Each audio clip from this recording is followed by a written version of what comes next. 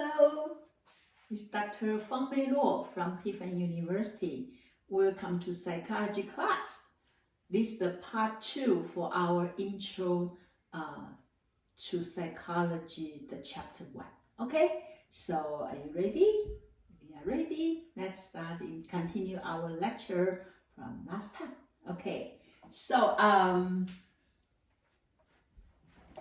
let me go back. Okay, here.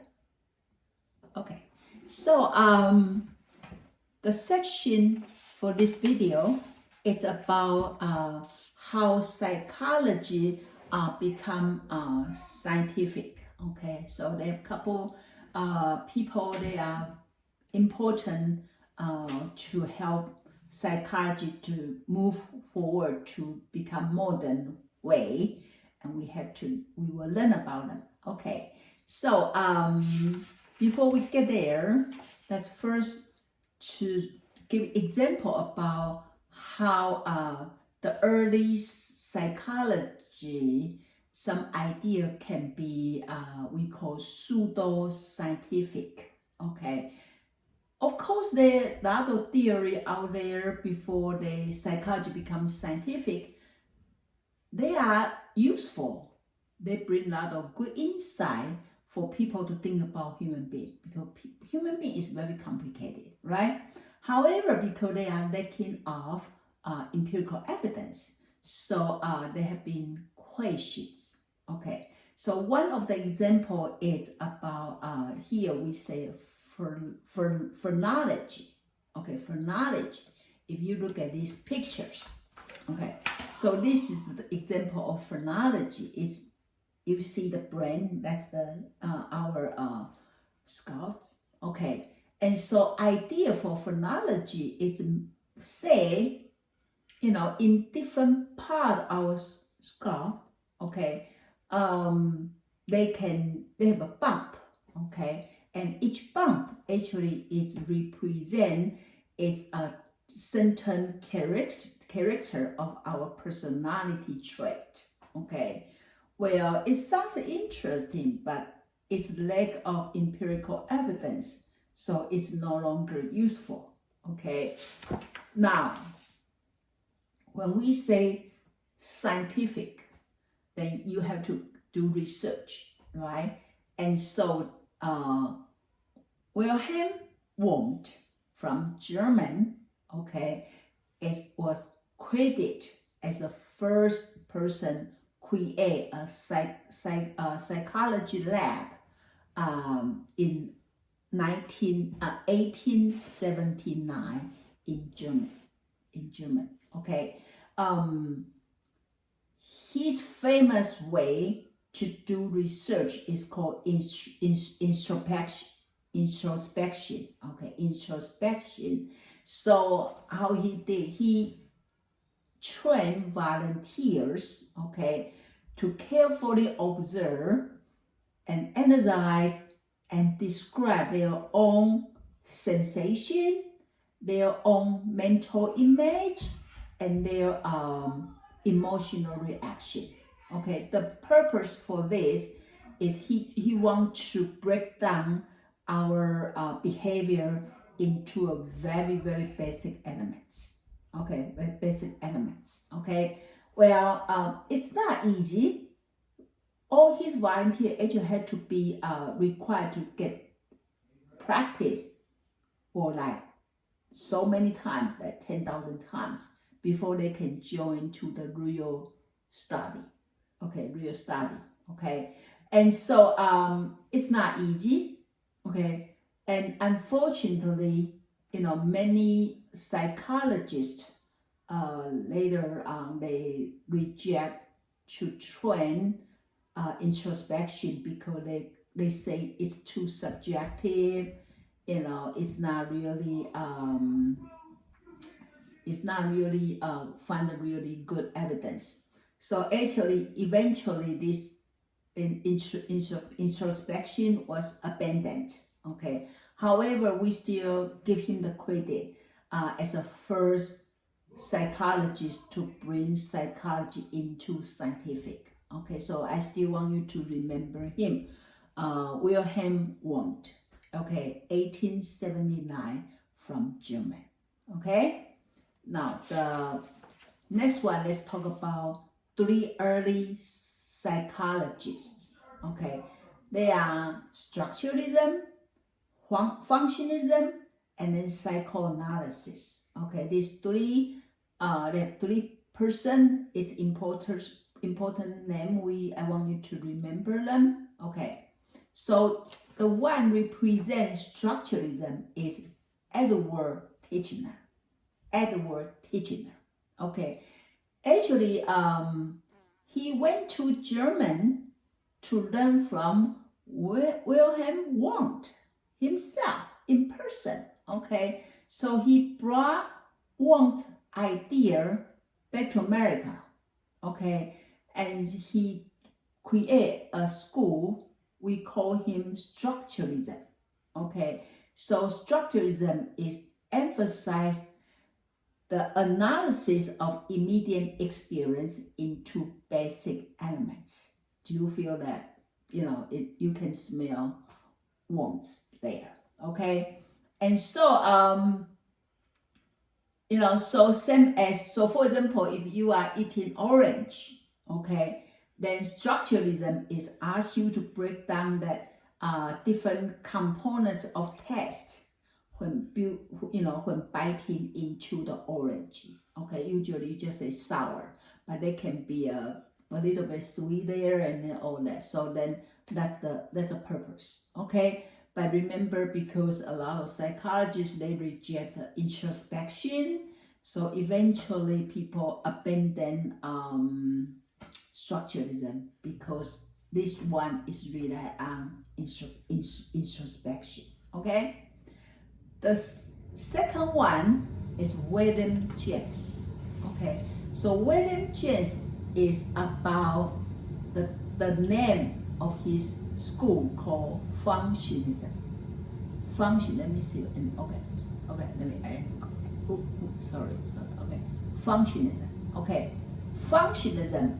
If we say structuralism is care about what, okay, because he want to break down into different elements, right? Functionalism is emphasize how and why. Okay, remember that easy, right? Structuralism is emphasize what, about what. Okay, functionalism will be more care about how and why. Okay, so if something happened like this, function is more care about then how do we apply that and why it's like this. Okay, so here say they emphasize the function or purpose of behavior and consciousness. Okay, emphasize why and how. Okay, so we say the purpose is mean why, and then how they function, okay, of the behavior and consciousness, okay. And this one actually is a lot of study about this, the very big area. They study about children, animals, religions, experience, and then the stream of consciousness, okay. And actually, he also got this idea from Charles Darwin. Okay, so he influenced by him. Okay, so the first one, structuralism, is what? Titchener, right? Edward Titchener, right? And then the functionalism is William James. Okay, that clear? The third person is Freud, Sigmund Freud. Okay, it's late 19th centuries, and he's from Vienna.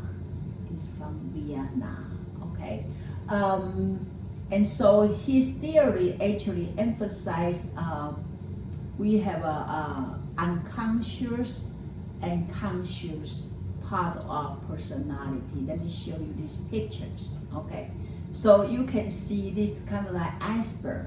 Okay, and he believed, since very young age, human beings have the tendency to push the things, unwanted feelings or guilty feelings or unwanted emotion or unwanted memory into the unconscious,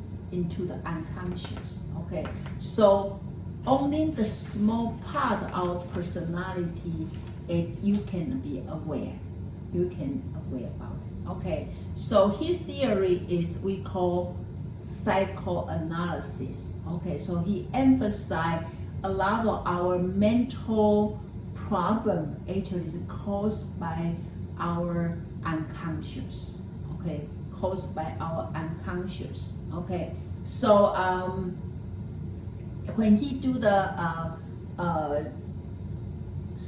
counseling, or we call therapy, actually he used something called free association to bring people, to have people to free talking about everything, okay? And then, you know, as a psychologist, you go from those information your client tell you and help them to do interpretation of, say, okay, the reason you have feeling right now because that, okay? For example, have been child abused as a young age, and then maybe influence, you know, how they become so afraid or scared about, you know, something about how to interact with people, okay? And so this is Freud, okay? And actually we are going to talk about Freud more detail when we get to another chapter. But so for right now, these three people, okay, the three people. Edward Titchener is structuralism, okay? William James is what? Functionalism. And then Sigmund Freud is what? Psychoanalysis, okay? Okay, so now let's talk about, okay, what's going on for psychology right now, okay? They have a different area of psychology, okay? So when you are interested about psychology is just a big name, okay? But actually they can divide into biological perspective of psychology, learning perspective, cognitive perspective, and socio-cultural perspective, okay? So let's talk about each of them separately, okay? So when we talk about behavior perspective of psychology, that means you focus on, you are interested about the brain, the behavior, okay, the how your body affect your behavior, how your body affect your feeling, how your body affect your thought, okay? They believe your brain, your hormones, you know, they are affected. For example, you know, different area of brain, different from phrenology, okay? Different brain, actually they can influence your memory, okay? A different brain, for example, we have one area called amygdala. Amygdala is the one detect the emotion, and then also we are part of the, we call hippocampus. They are in charge the memory. And you say, well, you talk about brain, you just talk about, well, the phrenology, they don't have a empirical evidence, but then the one we talk about right now, they've done a lot of research, okay? Or your hormones, they will affect your behavior, okay? So, or your feelings. So if you are interested to study this kind of, you know, psychology, we call you are focused on biological perspective of psychology, okay? Now, here we also give more detail here, okay? Biological perspective, okay? So we emphasize how we just talk about how those body, your genetic, contribute to your behavior, okay? Your emotion, your feelings, okay? So you know, like for example, when people have substance abuse issue, okay, they call medical model, okay, they believe the people have the substance abuse because they are from genetic, okay, or when we talk about depression, okay, from biological perspective, they can say because you are chemical imbalance, so that's why you have those depression feelings. So that's why if you have this perspective, you may be more emphasized, give them the medication to balance their chemical. Okay, so that makes sense. So this is we call a more biological perspective of psychology. Okay, now some psychologists, they believe, emphasize more about learning. Okay, and they believe when we talk about learning perspective, they are emphasize about everything you have everything. Your behavior actually come from learning. Okay, come from learning. And so actually they believe our environment influence us. Our environment influence for us to become who we are. Okay, for example, I'm from Taiwan, so the food I like to eat different from the food you like to eat. Then because we are grow up in different environment, right? Everybody like to eat, but maybe the favorite food is different, right? And that is because you learn to love something, and also you learn to hate something. Okay, so this will be more like behavior perspective. And actually our next chapter we were going to talk about learning. There'll be more in this perspective. Okay, good. And so we can say, if people, they call themselves behaviorism, okay, or they have a theory we call social cognitive learning theories. They will be in this area. Okay, so they believe you love something, you hate something, you doing something, it's all from learning. Okay, do you believe that? Possible, right? Okay. Okay, so here actually, okay, so whatever I just say is just come up. Okay, so this slide actually giving you more detail, but actually it's not much different. We just talk about, say, we emphasize how environment affect your behavior. Okay,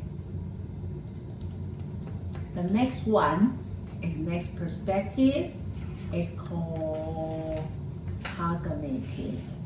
Okay, they believe, behavior believe, learning believe, we kind of like black box. Okay, whatever I give to you, you have been conditioned and you will become whatever I want you to become.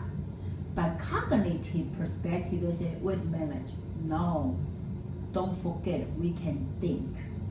People have a thinking process. Okay, just because you give me this and you want to shape me become something, I'm not necessarily follow because I can think. Okay, so cognitive behavior, cognitive perspective believe, thinking actually is the reason for people to become who they are. Okay, so here say the cognitive perspective, they emphasize mental process in perception. Okay, whatever you perceive, we all face the same thing, but you keep different thinking may lead you to different perception, right? Or they also emphasize how do we use our thinking to solve the problem. They also think about how you believe will influence your emotion, right? Or they also emphasize a lot of things. Our thinking actually influence, affect our thinking actually affect our action, feeling, and choice, right? For example, why you turn on this video and watch, well, maybe that's your choice, right? That's your choice. You can say what you require, yeah, but you can also decide not to do it, right? And so your turn on this YouTube watch, it's determined by your choice. And your choice may be determined by your thinking. You say, let me watch the video, see what happened, right? So that is like a lot of our stuff influenced by our thinking, right? Do you believe it? So then if you believe that, then that means if you want to change your emotion, you can just change your thinking, right? Okay. The next one is sociocultural perspective. Okay, so they emphasize how our social, our culture influence our behavior. Do you believe that? I think so. And especially for a lot of you, you just moved to college. Do you feel like your home environment and the school environment, they are so different? Do they influence your behavior? Influence your behavior? I think so. And the more you stay in school, the more you may change. And when you back home for your Thanksgiving, your parents may say, "Who are you?" Right? Well, you have been influenced by your environment, right? Okay, so here talk about, so then, your social norm, your cultural rule or influence, right? So for example, in Japan, when women smile, they're more like, but American people, ha ha ha ha ha, right? And it's a cultural rule.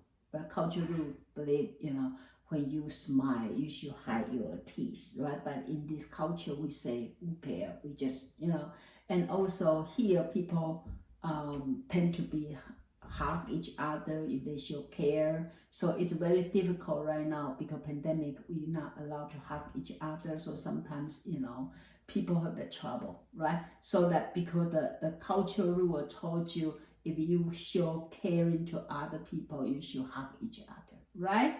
Okay, and then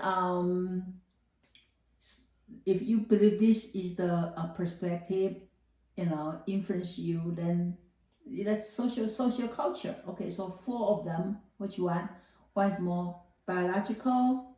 Second one is called what?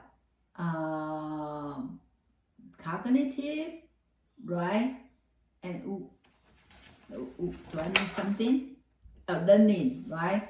Biological, and learning, and then what? Cognitive, and then what?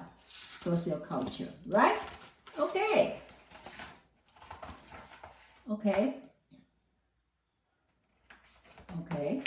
The next one, we talk about, they also have a group people. They feel like, well, a lot of psychologists, they are male. Did you see the one we just talked about in the early modern? They are a lot of male, and they believe, we should also care about the different gender perspective. Okay, so they have a psychology we call feminist or psychology. They emphasize, to study about, how our social increase, gender relation, how to behavior about different gender, and then, bring the female perspective into the psychology field so they can be more balanced about the point of view of psychology. Okay, let me see. So next slide, there's a little bit more about feminist psychology. Okay, so because actually different culture, they also have different perspective about gender. All right, so when we talk about feminist, you also need to talk about the culture in gender, and then also the physical part, cognitive part of gender. So they have a lot of interesting study. This is still very new field in psychology. Okay, so the last part about this chapter is let's talk about what psychologists do. Okay, so this also can give you a good information if you are think about you want to continue in psychology field for your career development. Then it's good to know what are they doing. Okay, when we say psychologists, what are they doing? Okay. So psychology, when you do the research, if you are interested to do research, they have 2 kinds of research. Okay, one is called basic psychology. One is called applied psychology. Okay, so basic psychology, they are study about some basic information. Okay, so for example, we talk about how people learn. Okay, so then When we are talking about it, we have a classical condition, operant condition. So that if you are focused on to learn this part of psychology, how to develop some principle to find some formula, so then you can, help the people in the practical area. They can use your principle and, for example, take your principle and use it for the classroom. Okay, so this called basic psychology. So you find the you are interested about the knowledge. Okay, you are not interested about how to use it. You're interested about how they come from, what is the reason for what. Okay, this is called basic psychology.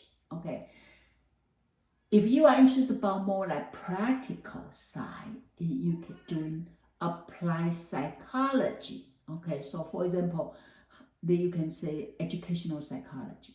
Okay, social psychology, right? You apply this kind of basic analogy. For example, you want to say how students study, how students learn in the classroom, how the learning theory can apply to the classroom setting. Okay, either be effective or not. If you are doing this kind of research, we call you are doing applied psychology. Does it make sense? So if you are interested to do research, you also have a two different area you can focus on. You want to just stay in the lab, do the the basic psychology, or you want to go to the real field to apply the psychology to the field, then you are doing applied psychology. Okay, and also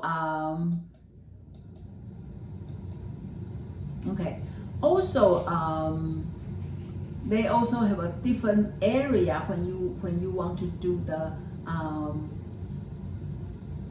non-clinical specialist in psychology. Non-clinical, that's not mean you are not really working with people. Okay, you working is the different area. It's kind of like research, but in different area. Okay, for example, the first area we call experimental psychology.